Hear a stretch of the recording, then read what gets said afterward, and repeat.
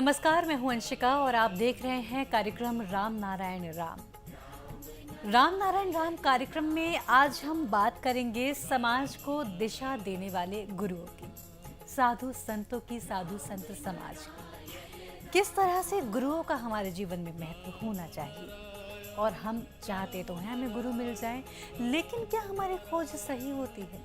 क्या हमारा खोज यही होती है कि हमें हमारा मार्गदर्शन करने वाले गुरु मिलने चाहिए या एक फेमस गुरु मिलने चाहिए? हमें गुरु की जब हमें तलाश हो तो हमें क्या ढूंढना चाहिए और सही गुरु हमें कैसे मार्गदर्शन देते हैं? आज के इस कार्यक्रम में इस पर बात करेंगे।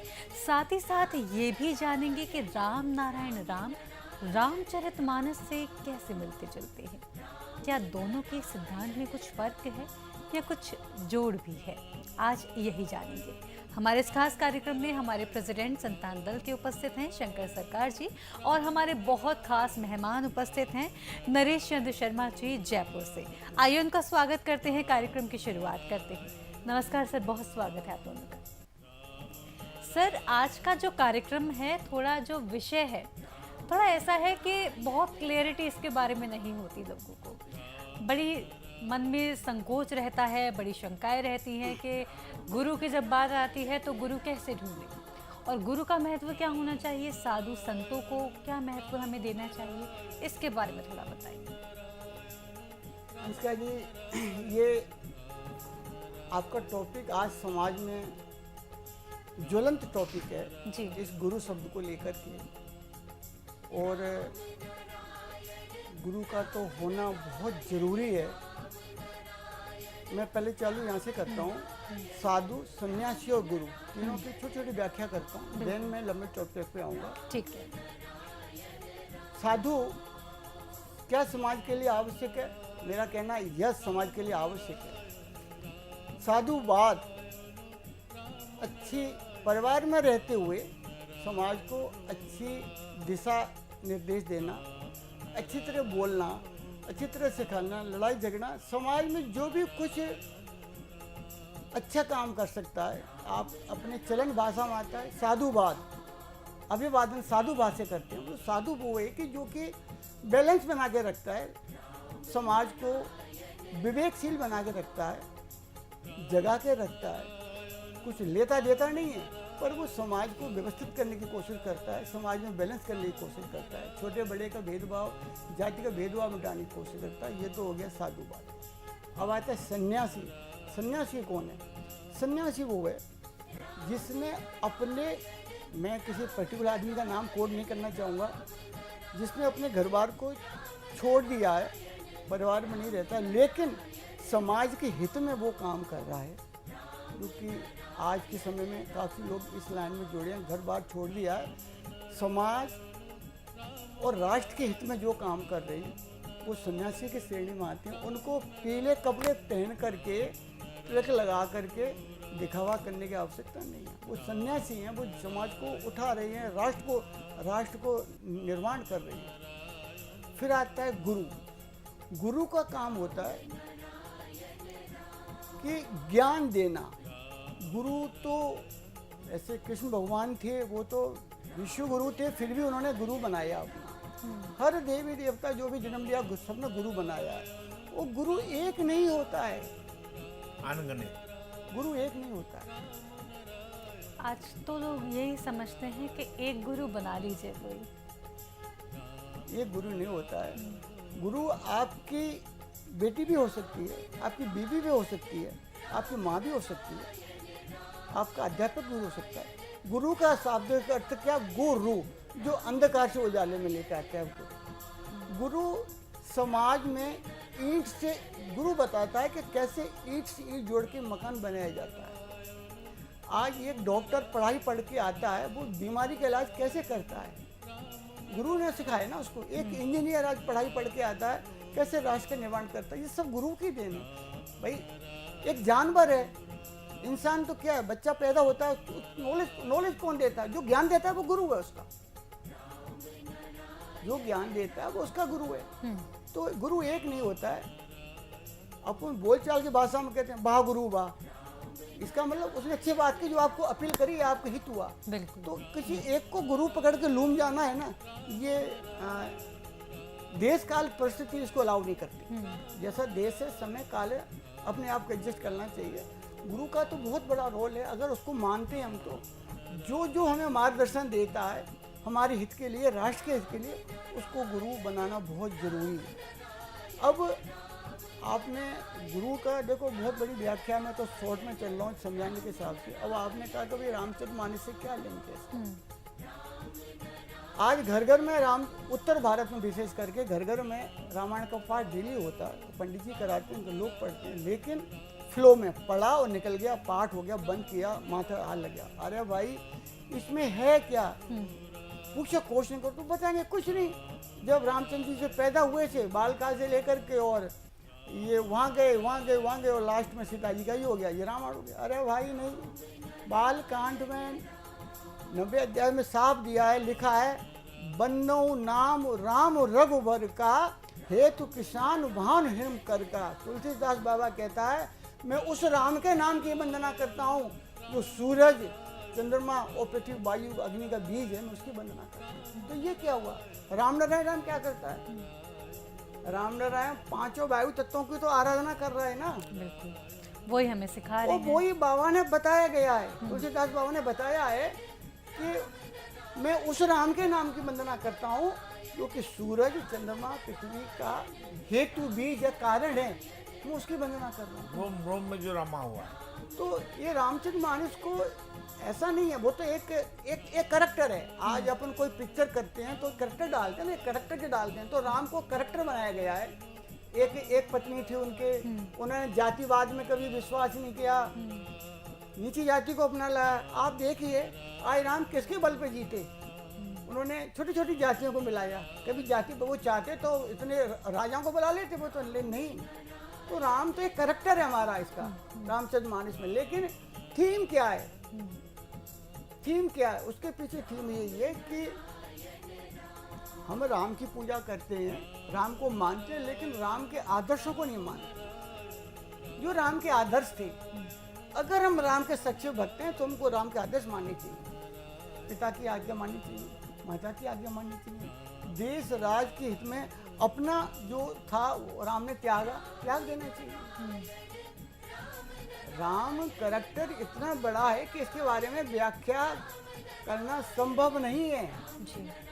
लेकिन राम में वही चीज़ बताई गई है। फर्क बताने का तुलसीदास जी ने इसको अपना ग्रंथ बनाया, और ग्रंथ बना के समाज को दिया कि समाज कुछ तो पढ़ेगा, चल इसी बहाने पढ़ ले। 100 आदमी में से 2 आदमी तो उसकी व्याख्या करेंगे।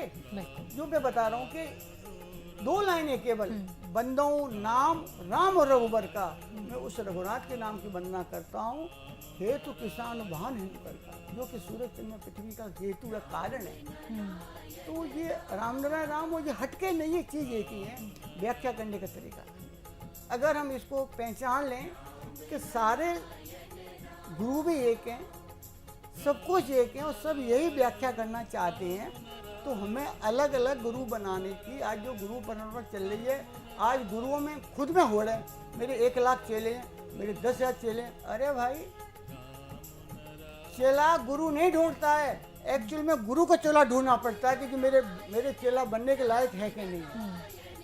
धारणा ये है कि एक्चुअल जो गुरु होगा अपने चेले को ढूंढेगा। इसमें काफ़ी इतिहास में कहानी है, समय अभाव में मैंने टीवी पर नहीं बता पाऊंगा, सब लोग ज्ञानी सब समझते हैं, लेकिन हकीकत ये है एक्चुअल गुरु होगा उस शिष्य को ढूंढेगा कौन मेरे ज्ञान के। आज उल्टा हो रहा है, आज शिष्य गुरु ढूंढ रहे हैं, फलाने गुरु जी भीड़ लग रही है, आडंबर हो रहा है। तो ये हम राम के माध्यम से हम समाज को एक मार्गदर्शन देने की कोशिश कर रहे हैं, एक उनको बताने की कोशिश करते हैं कि आप ऐसे मत घूमो भाई, आप खुद हमारे खुद का गुरु है, हरि हो के हरि को बचता है। मैं कौन हूँ? सब बोलते हैं मैं परमात्मा, मैं परमात्मा की मैं अंश हूँ, तो मैं उसका अंश हूँ ना। हाँ। तो मैं क्या हुआ? मैं भी तो वही हुआ ना। सो हम, संस्कृत में है सो हम, आता है, पूजा करते हैं लोग, यही मंत्र देते हैं कान में, सो हम। अरे भाई, सोम का मतलब क्या है? जो तू है वो ही मैं हूँ। जब वो राजा का बेटा कौन हुआ? राजकुमार। तो मैं राजकुमार तू हूँ। जिस दिन मैं मान लूंगा कि मैं राजकुमार हूँ, उस परमात्मा का मैं प्रतिनिधि हूँ, मेरे विचार अपने आप बदल जाएंगे। मैं सैकड़ों सैकड़ों आदमियों को तैयार कर दूंगा। तो हमारे आज के समाज सुधारकों में, गुरुओं में ये बात अच्छी तरह समझनी चाहिए कि मैं अलग से हटके नहीं हूँ। जो मेरे सामने बैठे हैं ये बेचारे अन्य ज्ञान को ज्ञान नहीं है, इनको प्रॉपर ज्ञान दे देना मेरे को। शुक्र शनि का डर दिखा के डराना नहीं है इनको। एक रात को सपना आया है, एक मिट्टी की मूर्ति बना के ले गया। ये मूर्ति मेरे को बोल रही है कि तुम पेड़ का फल तोड़ के मेरा प्रसाद लगाओगे पहले, फिर खाओगे, और तुम फली फूरस होगे और तुमको हत्या करने के, मांस खाने का आवश्यकता, किसी को मारना नहीं पड़ेगा पालन करने के लिए। अब हुआ क्या था कि कोई सड़ा फल खा गया होगा आदमी, तो मर गया होगा, डायरिया हो गया उसको। तो लोगों में धारणा का फल खाने से लोग मर जाते हैं। तो उसने उस धारणा को तोड़ा। तो उसने मुखिया ने कहा कि भाई ऐसा है, तेरे को मरना चाह रहा तो मर जा, फल खा के मेरे से पास क्यों आया है? कि महाराज मैं फल मैं खाऊंगा, लेकिन आप कबीले के सरदार हो, सबको बुलाओ यहाँ पर, और मैं उनके सामने कहूँगा कि ये मूर्ति सपने में मेरे पास में आई है। मिट्टी की मूर्ति बना रखी थी ऐसे ही। जो भी पहला फल होगा इसका भोग लगाऊंगा, फिर मैं खाऊंगा। अगर मैं मरूंगा तो मर जाऊंगा, तुम्हारे पर दोष नहीं आएगा। तो सरदार को ठीक कर ले भाई। सरदार ने पूरे जो भी कस्बे थे उनको सबको बुला के शाम को हम बताया कि भाई ये आदमी, इसको ये मिट्टी का देवता सपना दिखा है ऐसा, काल्पनिक है सारा, और ये भोग लगाएगा इसको, फिर खाएगा। अगर जो मरेगा तो देखो दोस्त हम मेरे मत देना, खुद दोस्त है। गाँव के लोग ठीक है भाई खा, हम तो बहुत लोग मर गए गाँव में तो फल खा के, हम तो नहीं खाते। तो उसने वो मिट्टी का स्टेचू रखा वहाँ पर, आँख बंद की, उसका ये किया और ताली बजा करके फिर उसने फल खाया। लोग बोले अब गया अब गया, 2 दिन 3 दिन नहीं मरा। वो डेली करता, फल लेके आता, वो चबूतरे बैठता।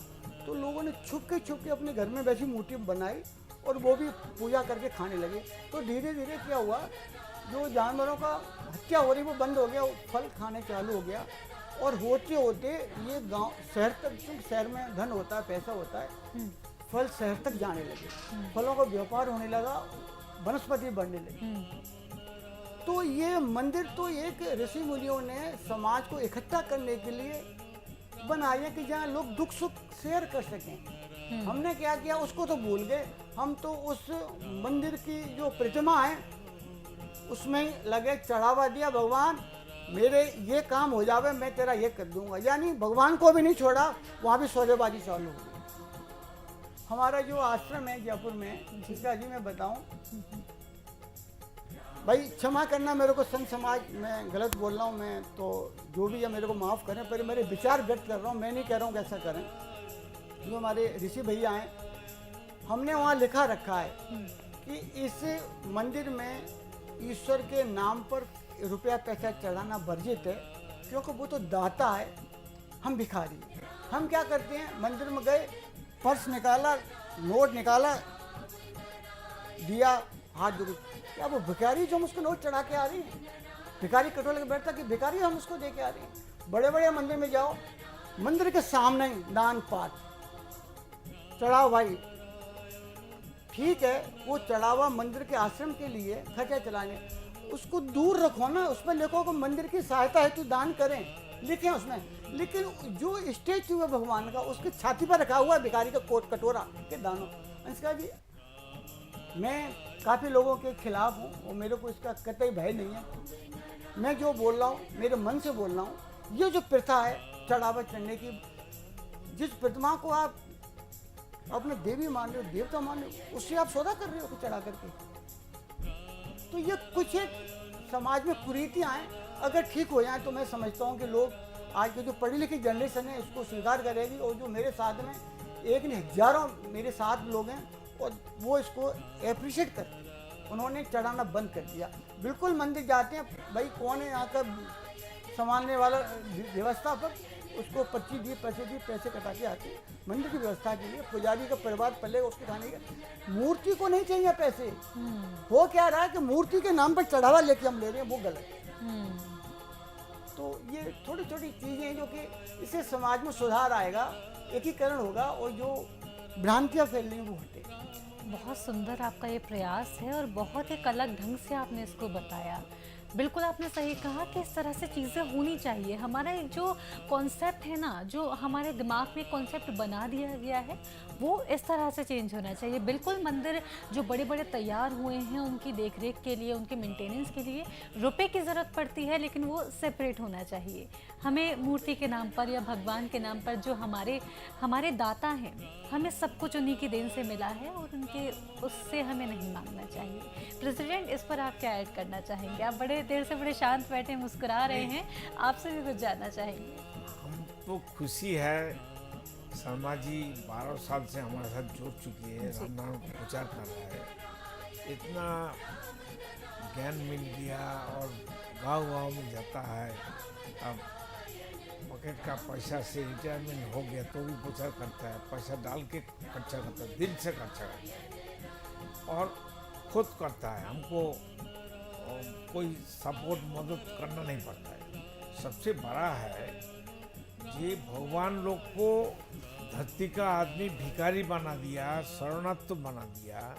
ऐसा उन लोग को खाने का जगह नहीं है, पैसा नहीं है, रहने का जगह नहीं है, सोने का जगह नहीं है, इसलिए अलग से मंदिर बना के पैसा मांग के भगवान को भिखारी बनाना चाहती है। कैसा झूठ बात है, कैसा शर्म की बात है। जो ईश्वर ने हमको बनाया वो है हमारा शरीर जिंदा मंदिर, और जिंदा मंदिर आदमी का बना हुआ जब मूर्ति का सामने झुकता है, और जिंदा मंदिर में हम झुकता नहीं है, जिंदा मंदिर को बुरा काम कराते हैं। मेरा विवेक का बात सुनता नहीं है, विवेक का गाइडेंस लेते नहीं है, इसलिए विवेक ही हमारा सब कुछ है। विवेक ही हमारा शरीर मंदिर है, विवेक हमारा मूर्ति है, वो भी दिखाई नहीं देता है। बिल्कुल शरीर ही मंदिर है, उसका अंदर विवेक हमारा भगवान है, सृष्टा है, अल्लाह है, गॉड है। इसलिए विवेक की संदेश। विवेक सब कुछ है और इसके बारे में आदमी को बिल्कुल प्रेसिडेंट, सोचना चाहिए। बिल्कुल कि हम क्या कर रहे हैं, बिल्कुल हमको प्रेसिडेंट फायदा क्या है, जी। मरने के बाद हमको क्या मिलेगा। प्रेसिडेंट, आपकी बात से बिल्कुल सहमत हूँ। इसको हमें सुनना, सोचना, समझना चाहिए और मुझे लगता है इस कार्यक्रम के माध्यम से लोगों को काफ़ी चीज़ें समझ में आएंगी।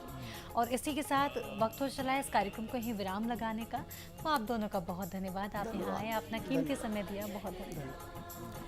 तो दर्शकों, इसी के साथ आज के इस कार्यक्रम में इतना ही। उम्मीद करती हूँ कार्यक्रम पसंद आया होगा और जो आज हमने बात की गुरु को लेकर के और साथ ही साथ मंदिरों को लेकर के आपको बड़ी पसंद आई होगी, एक अलग नज़रिया आपको मिला होगा। इसी के साथ मैं आपसे लेती हूँ इजाज़त। अगर आप संतान दल से जुड़ना चाहते हैं, टीवी स्क्रीन पर नंबर चल रहे हैं, इन नंबर्स पर आप कॉन्टैक्ट कर सकते हैं और जुड़ सकते हैं। इसी के साथ लेती हूँ इजाज़त, फिर होगी मुलाकात, तब तक के लिए नमस्कार।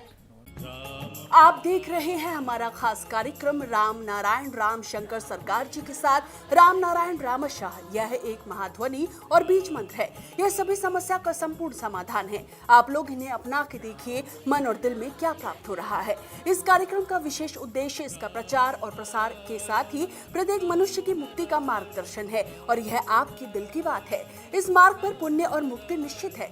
इस कार्यक्रम के माध्यम से संतान दल द्वारा चलाए जा रहे श्रेष्ठ सेवाओं से जुड़कर सबके कल्याण के लिए इस नेक कार्य का हिस्सा बन सकते हैं और वृद्धाश्रम, गौशाला, गरीब और वंचित बच्चों की शिक्षा का भी सहयोग और समर्थन कर सकते हैं। संतान दल सबका एक ही परिवार है। अकाउंट नेम संतान दल, account number 266505000657, IFSC code ICIC 000265। पूरी तरह जानने के लिए आप संस्था के फोन नंबर पर संपर्क कर सकते हैं। Phone number 6291342066, 9836073503। Email ID santandal1960@gmail.com।